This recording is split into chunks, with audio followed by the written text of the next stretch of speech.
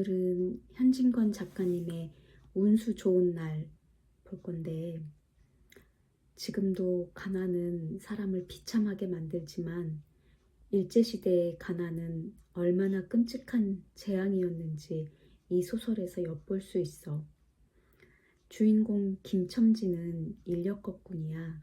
그리고 김첨지 아내는 먹은 날보다 굶은 날이 더 많고, 그래서 젖먹이 아기도 제대로 먹질 못했어.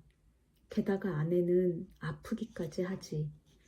이날은 운 좋게도 김첨지가 인력거 일감이 많이 생겨서 돈을 좀 버는데, 돈을 벌수록 불안해. 사경을 헤매던 아내가 걱정이 되거든. 빨리 돈 벌어서 아내가 좋아하는 설렁탕을 사서 가려고 하는데, 집에 가는 게 불안해서, 아내가 혹시 죽어버렸을까봐 불안해서 김첨지는 집에 가기를 계속 미루려고 해. 제목처럼 오늘은 돈을 좀 벌었으니 운수 좋은 날일까? 그럼 같이 소설 속으로 들어갑시다. 운수 좋은 날. 새침하게 흐린 폼이 눈이 올 듯 하더니 눈은 아니 오고 얼다가만 비가 추적추적 내리는 날이었다. 이날이야말로 동소문 안에서 인력거꾼 노릇을 하는 김첨지에게는 오래간만에도 닥친 운수 좋은 날이었다. 문 안에 들어간답시는 앞집 마나님을 전찻길까지 모셔다 드린 것을 비롯하여 행여나 손님이 있을까 하고 정류장에서 어정어정하며 내리는 사람 하나하나에게 거의 비는 듯한 눈길을 보내고 있다가 마침내 교원인 듯한 양복쟁이를 동광 학교까지 태워다 주기로 되었다. 첫 번에 30전, 둘째 번에 50전, 아침 대바람에 그리 흉치하는 일이었다.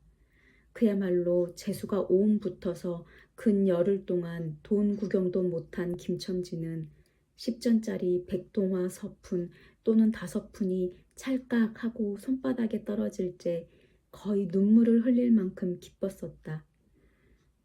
더구나 이날 이때에 이 80전이라는 돈이 그에게 얼마나 유용한지 몰랐다. 컬컬한 목에 모주 한 잔도 적실 수 있거니와 그보다도 앓는 아내에게 설렁탕 한 그릇도 사다 줄 수 있습니다. 그의 아내가 기침으로 쿨룩거리기는 벌써 달포가 넘었다. 조밥도 굶기를 먹다시피 하는 형편이니 물론 약한 첩 써본 일이 없다. 구태여 쓰려면 못 쓸 바도 아니로되 그는 병이란 놈에게 약을 주어 보내면 재미를 붙여서 자꾸 온다는 자기의 신조에 어디까지 충실하였다. 따라서 의사에게 보인 적이 없으니 무슨 병인지는 알 수 없으나 반드시 누워가지고 일어나기는커녕 모로도 못 눕는 걸 보면 중증은 중증인 듯. 병이 이대도록 심해지기는 열흘 전에 조밥을 먹고 체한 때문이다. 그때도 김첨지가 오래간만에 돈을 얻어서 좁쌀 한 되와 10전짜리 나무 한 단을 사다 주었더니 김첨지의 말에 의지하면 그 오라질년이 천방지축으로 냄비에 대고 끓였다. 마음은 급하고 불길은 달지 않아 채 익지도 않은 것을 그 오라질년이 숟가락은 고만두고 손으로 움켜서 두 뺨에 주먹덩이 같은 혹이 붉어지도록 누가 빼앗을 듯이 처박질하더니만 그날 저녁부터 가슴이 당긴다, 배가 캥긴다 하고 눈을 훅뜨고 지랄병을 하였다. 그때 김첨지는 여러와 같이 성을 내며 에이 오라질년 조랑복은 할 수가 없어. 못 먹어 병, 먹어서 병, 어쩌란 말이야. 왜 눈을 바로 뜨지 못해? 하고 앓는 이의 뺨을 한번 후려 갈겼다. 홉뜬 눈은 조금 바로워졌지만 이슬이 맺히었다. 김첨지의 눈시울도 뜨끈뜨끈하였다. 이 환자가 그러고도 먹는 데는 물리지 않았다. 사흘 전부터 설렁탕 국물이 마시고 싶다고 남편을 졸랐다. 이런 오라질년, 조밥도 못 먹는 년이 설렁탕은 또 처먹고 지랄병하게? 라고 야단을 쳐보았건만 못 사주는 마음이 시원치는 않았다. 인제 설렁탕을 사줄 수도 있다. 앓는 어미 곁에서 배고파 보채는 개똥이 3살 먹이에게 죽을 사줄 수도 있다. 80전을 손에 쥔 김첨지의 마음은 푼푼하였다. 그러나 그의 행운은 그걸로 그치지 않았다. 땀과 빗물이 섞여 흐르는 목덜미를 기름주머니가 다 된 외목 수건으로 닦으며 그 학교 문을 돌아 나올 때였다. 뒤에서 인력거 하고 부르는 소리가 난다. 자기를 불러 멈춘 사람이 그 학교 학생인 줄 김첨지는 한 번 보고 짐작할 수 있었다. 그 학생은 다짜고짜로 남대문 정거장까지 얼마요? 라고 물었다. 아마도 그 학교 기숙사에 있는 이로 동기 방학을 이용하여 귀향하려 함이리라. 오늘 가기로 작정은 하였건만 비는 오고 짐은 잊고 해서 어찌할 줄 모르다가 마침 김첨지를 보고 뛰어나왔음이리라.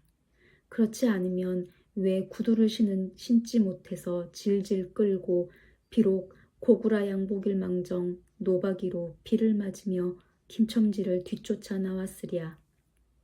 남대문 정거장까지 말씀입니까? 하고 김첨지는 잠깐 주저하였다. 그는 이 우중에 우장도 없이 그 먼 곳을 철벅거리고 가기가 싫었음일까? 처음 것 둘째 것으로 고만 만족하였음일까? 아니다. 결코 아니다. 이상하게도 꼬리를 맞물고 덤비는 이 행운 앞에 조금 겁이 났습니다. 그리고 집을 나올 때 아내의 부탁이 마음에 캥기었다. 앞집 마나님한테서 부르러 왔을 때 병이는 그 뼈만 남은 얼굴에 6월의 생물 같은 유달리 크고 움푹한 눈에 애걸하는 빛을 띠며 오늘은 나가지 말아요. 제발 덕분에 집에 붙어 있어요. 내가 이렇게 아픈데. 라고 모기 소리같이 중얼거리고 숨을 걸그렁걸그렁 하였다. 그때의 김첨지는 대수롭지 않은 듯이 아따 젠장 맞을년 별 빌어먹을 소리를 다 하네. 맞붙들고 앉았으면 누가 먹여 살릴 줄 알아? 하고 훌쩍 뛰어나오려니까 환자는 붙잡을 듯이 팔을 내저으며 나가지 말래도 그래. 그러면 일찍이 들어와요. 하고 목매인 소리가 뒤를 따랐다. 정거장까지 가잔 말을 들은 순간에 경련적으로 떠는 손, 유달리 큼직한 눈, 울 듯한 아내의 얼굴이 김첨지의 눈앞에 어른어른하였다. 그래, 남대문 정거장까지 얼마란 말이오? 하고 학생은 좋아한 듯이 인력격군의 얼굴을 바라보며 혼잣말같이 인천차가 11점에 있고 그 다음에는 새로 2점이던가 라고 중얼거린다. 1원 50점만 줍시오. 이 말이 저도 모를 사이에 불쑥 김첨지의 입에서 떨어졌다. 제 입으로 부르고도 스스로 그 엄청난 돈 액수에 놀랐다. 한꺼번에 이런 금액을 불러라도 본 지가 그 얼마만인가. 그러자 그 돈 벌 용기가 병자에 대한 염려를 사르고 말았다. 설마 오늘 내로 어떠랴 싶었다. 무슨 일이 있더라도 제1, 제2의 행운을 곱친 것보다도 오히려 갑절이 많은 이 행운을 놓칠 수 없다 하였다. 1원 50전은 너무 과한데? 이런 말을 하며 학생은 고개를 기웃하였다. 아니올시다. 이 수로 치면 여기서 거기가 10오리가 넘는답니다. 또 이런 진 날은 좀 더 주셔야지요. 하고 빙글빙글 웃는 차부의 얼굴에는 숨길 수 없는 기쁨이 넘쳐 흘렀다. 그러면 달라는 대로 줄 터이니 빨리 가요.